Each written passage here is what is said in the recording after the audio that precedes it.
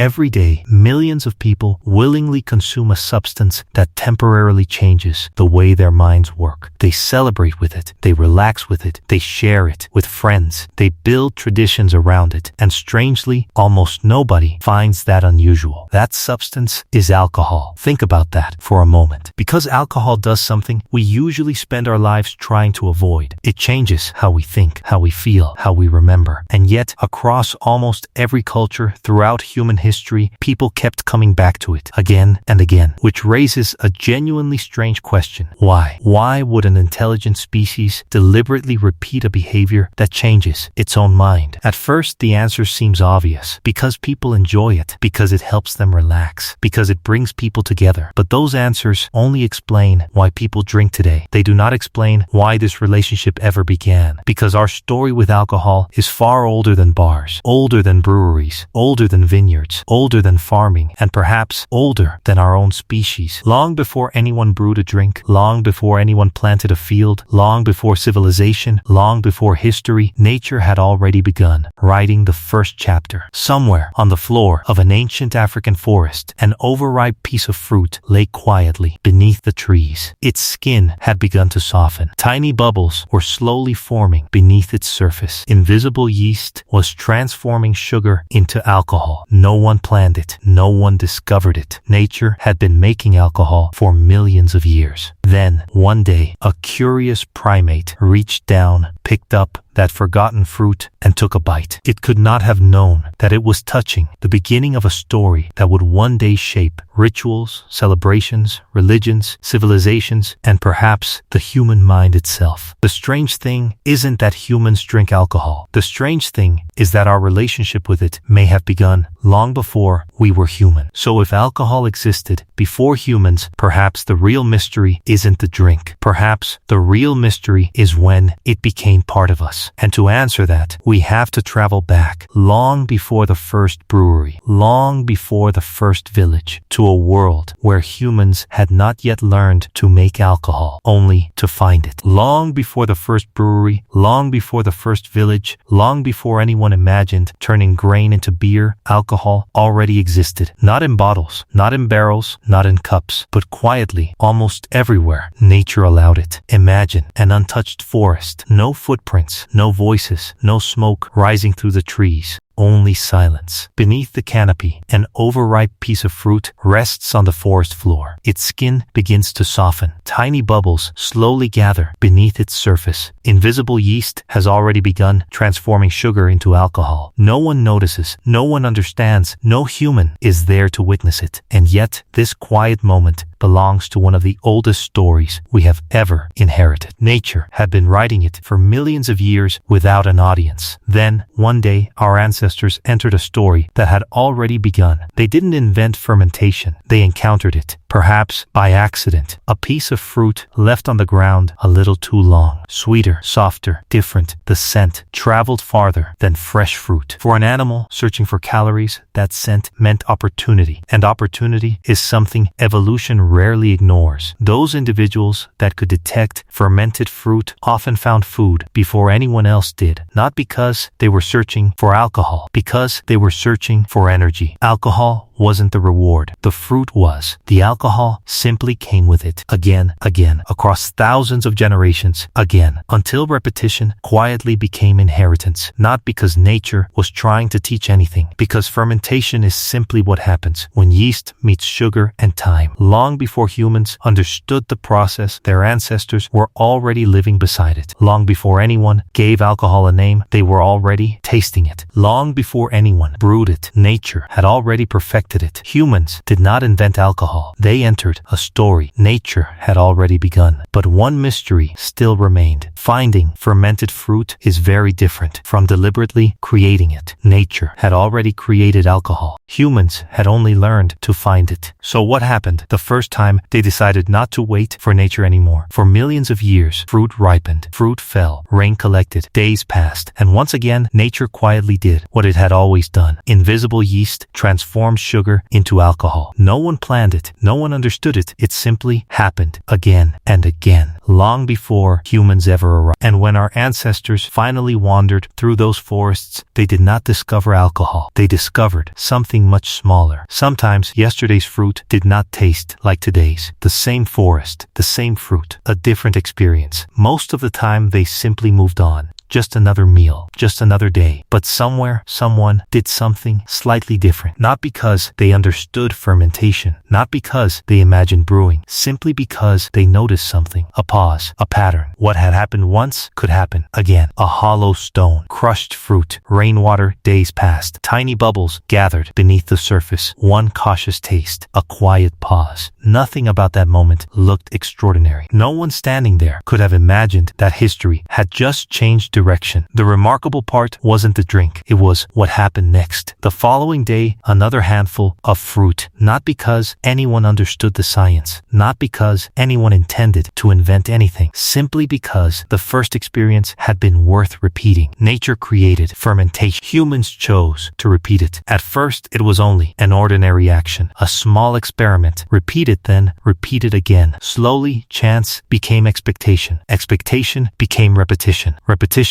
became habit. Not because anyone planned the future, because repeating what worked is one of the oldest human behaviors. The first revolution wasn't the drink. It was the decision to repeat an ordinary moment. And once that decision survived, the story was no longer being written by nature alone. For the first time, nature was no longer writing the story alone. Human choice had quietly entered the page. But one question still remained. If people kept repeating this behavior, what made it valuable enough to survive across generations? The fruit was prepared again, not because anyone understood fermentation, because something about the outcome was worth repeating. The same hollow stone, the same crushed fruit, the same waiting. Days passed. Tiny bubbles appeared. Once again, the experience returned. At first, it belonged to one person, a quiet habit. Repeated then, someone else noticed. Not the drink, the habit. No explanation, no instruction, just observation. Sometime later, another pair of hands placed fruit into another hollow stone, not because anyone had invented a recipe, simply because they had seen it happen before. One ordinary action had quietly become two. The remarkable part wasn't the drink, it was what happened next. Sometimes the habit disappeared, sometimes it returned, sometimes no one repeated it, and then someone did. Again, a pause, then a pattern. People rarely preserve a single moment. They preserve the moments that feel worth returning to. Over time, the habit no longer belonged to one person. It belonged to whoever repeated it next. One person prepared the fruit, another quietly did the same. No one was trying to create a tradition. They were only repeating what no longer felt unusual. No one gave it a name. It was simply becoming familiar. And familiar things have a remarkable habit of surviving. Much later, people were no longer preparing it alone. Several gathered around the same fire. The same drink passed quietly from one pair of hands to another. No one needed to explain. Everyone already knew. The remarkable part wasn't that people shared a drink. It was that they were beginning to share a habit. One person repeated it. Another followed. Then another, until the habit no longer belonged to any one individual. People did not preserve the drink. They preserved the habit. Eventually, the habit brought them together. No one living through those ordinary evenings could have imagined what they were quietly creating. They were not trying to invent culture. They were simply repeating yesterday, again, then again. And sometimes history changes for exactly that reason. Not because something extraordinary happens, but because ordinary moments become ordinary for more than one person. A shared habit has a strange way of growing. First, it belongs to people. Eventually, it belongs to generations. And once that happens, history rarely stays the same. So what happens when an ordinary habit survives for thousands of years? The habit survived, not because anyone decided it should, because every generation quietly found its own reason to repeat it. One person returned, then another, then another. No one was trying to create a tradition. They were simply returning to something that no longer felt unusual. The remarkable part was never the drink. It was the people. The same ordinary habit was quietly becoming something larger than the people who first repeated it. People gathered after successful hunts. People gathered to mourn. People gathered to celebrate. Sometimes they gathered simply because others were already there. The drink was familiar, but something else was becoming familiar too, returning together again and again. More people arrived. arrived. More fires were lit, more voices joined. The habit no longer waited for one family. It quietly began waiting for communities. One gathering became many. One familiar habit became a shared expectation. Children were born into a world where these gatherings had always existed. No one explained them. No one questioned them. People inherited more than food, more than stories. They inherited familiar ways of living together. The habit had become larger than the people who first repeated it. Perhaps that is how civilizations begin. Not with a single invention, not with a single leader, but with ordinary habits shared by enough people for long enough. Only much later would the evidence appear. Archaeologists would uncover stone mortars carved into ancient bedrock. Inside they found traces of fermented grain, evidence that people had been deliberately preparing alcoholic drinks long before agriculture. Later, another discovery: great stone circles raised by hunter-gatherers, gathering places built before permanent cities, and there too evidence of fermented drinks. The discoveries mattered, not because they proved people could make alcohol. We already knew that. They mattered because they confirmed something far more remarkable. Long before cities, long before kingdoms, long before history was written, people were already returning to the same shared habit again and again. The evidence did not create the story. It simply revealed how long the story had already been unfolding. If one ordinary habit could quietly survive long enough to help shape civilization, what was it really changing? The drink or the human mind itself? Today, someone lifts a glass. It feels ordinary, a familiar gesture, one repeated so often that almost nobody thinks about it anymore. A celebration, a quiet evening, a family meal, a conversation between friends. The reasons are different. The world is different, but the gesture remains. Thousands of years earlier, another hand lifted something else. Not a glass, not wine, not beer, only fruit quietly transformed by nature. For a moment, the distance between those two hands disappears. One modern, one ancient, separated by thousands of years, connected by the same ordinary human gesture. Throughout this story, the drink kept changing. The ingredients changed. The tools changed. The traditions changed. Even civilizations changed. But one thing quietly remained the same. People noticed an experience. They returned to it. They repeated it. They shared it. They passed it forward again and again until repetition became inheritance. Perhaps that was always the real story. Not alcohol, not fermentation, not even civilization. Those were chapters. The deeper story was always the human mind. A mind that notices. A mind that remembers.